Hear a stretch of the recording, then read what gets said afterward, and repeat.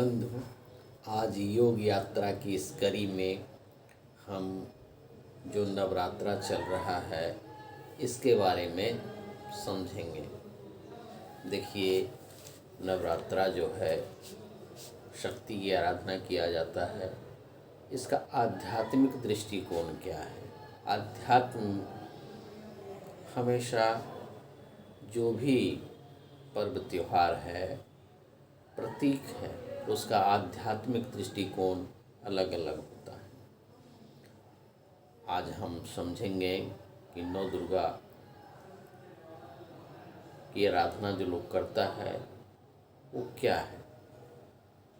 पहला, शैलपुत्री। शैल का मतलब होता है पर्वत और पुत्री कहा गया है। तो प्रथम दिन भक्ति की आराधना की जाती है। आप में भक्ति का विकास हो तो पहला दिन भक्ति की आराधना। शैल का मतलब होता है अधिक। आप उस दिन भक्ति के लिए आराधना करिए तो प्रथम शैलपुत्री। दूसरा, ब्रह्मचारिणी। ब्रह्मचारिणी का आध्यात्मिक दृष्टिकोण है सजगता, कंटिन्यूटी। ब्रह्मचर, चर का मतलब होता है लिविंग। जो चर अचर दोनों है उसमें वही तत्व विद्यमान है। इसकी सजगता के लिए हम आराधना करते हैं तो सजगता की शक्ति आती है। तीसरा, चंद्रघंटा। चंद्र का मतलब मन से होता है। मन हमेशा स्थिर रहता है, तो इस स्थिरता के लिए चंद्रघंटा की आराधना की जाती है, जिसमें आपका समभाव जो आए वो चंद्रघंटा है।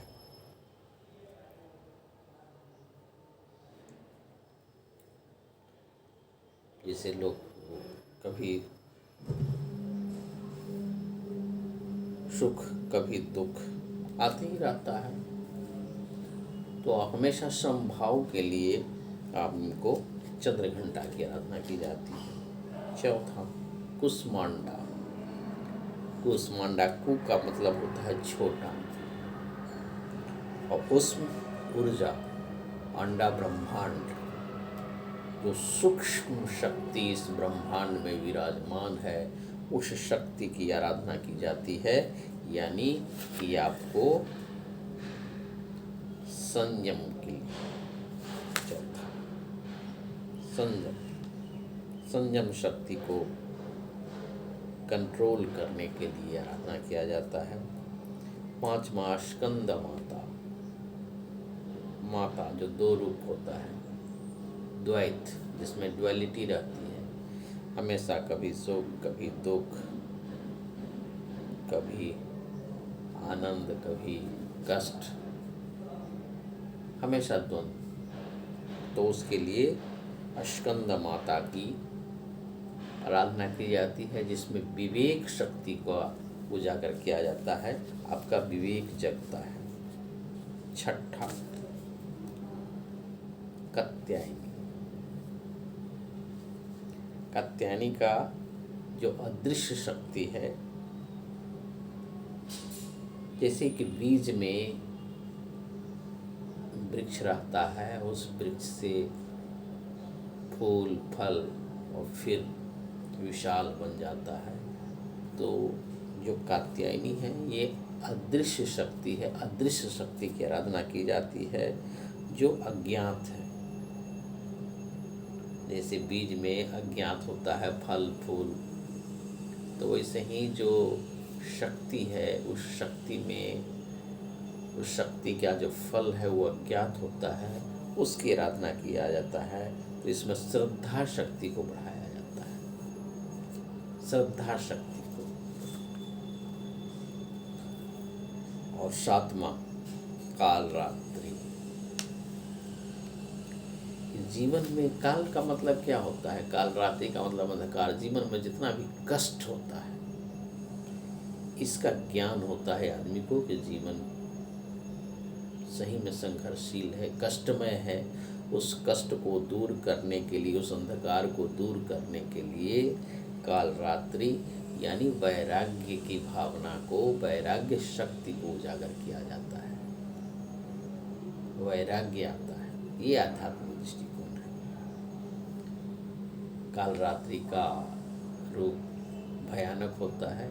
उसके बाद जब जैसे ही वैराग्य शक्ति जागृत होती है तो 8वां दिन महागौरी, सबसे पवित्र रूप, दिव्य। महा का मतलब होता है दिव्य, और गौरी का मतलब गौर करने लायक।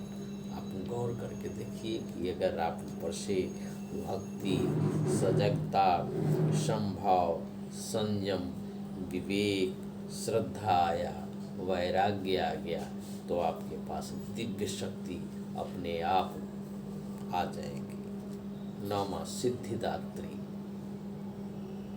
सिद्धि का मतलब आनंद। जीवन में जो खुशी चाहिए, जो आनंद चाहिए, तो उपरोक्त जो शक्ति का आवाहन हुआ है वो आपके तन और मन में विराजमान होगा तो आनंद प्राप्त होगा। और फिर 10वां दिन दशहरा।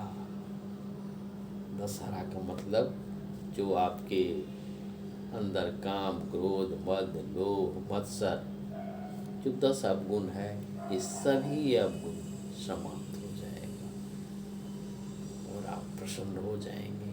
तो 9 दिन नवरात्रि के ये जो आराधना किया जाता है, ये बिल्कुल शक्ति की आराधना के लिए किया जाता है।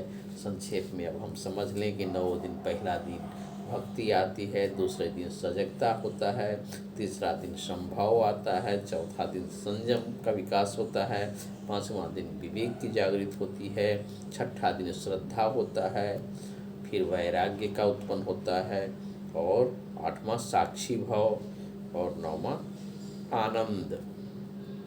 इस तरह से देवी दुर्गा जी का जो 9 दिन का पूजा होता है, 9 दिन का आराधना होता है, ये बिल्कुल समझिए जो त्रिगुणमयी कहा गया।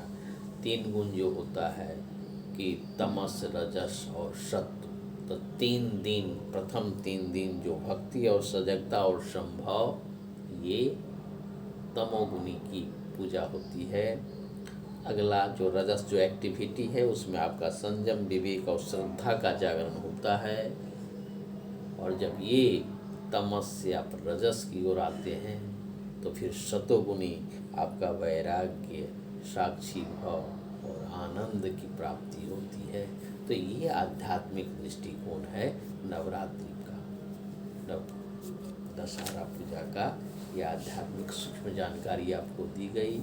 अगर मेरे चैनल पर आप पहली बार आए हैं तो आचार्य विजय योगा जरूर सब्सक्राइब करिए, अपने भी देखिए और लोगों को शेयर भी करिए। धन्यवाद। ओम शांति।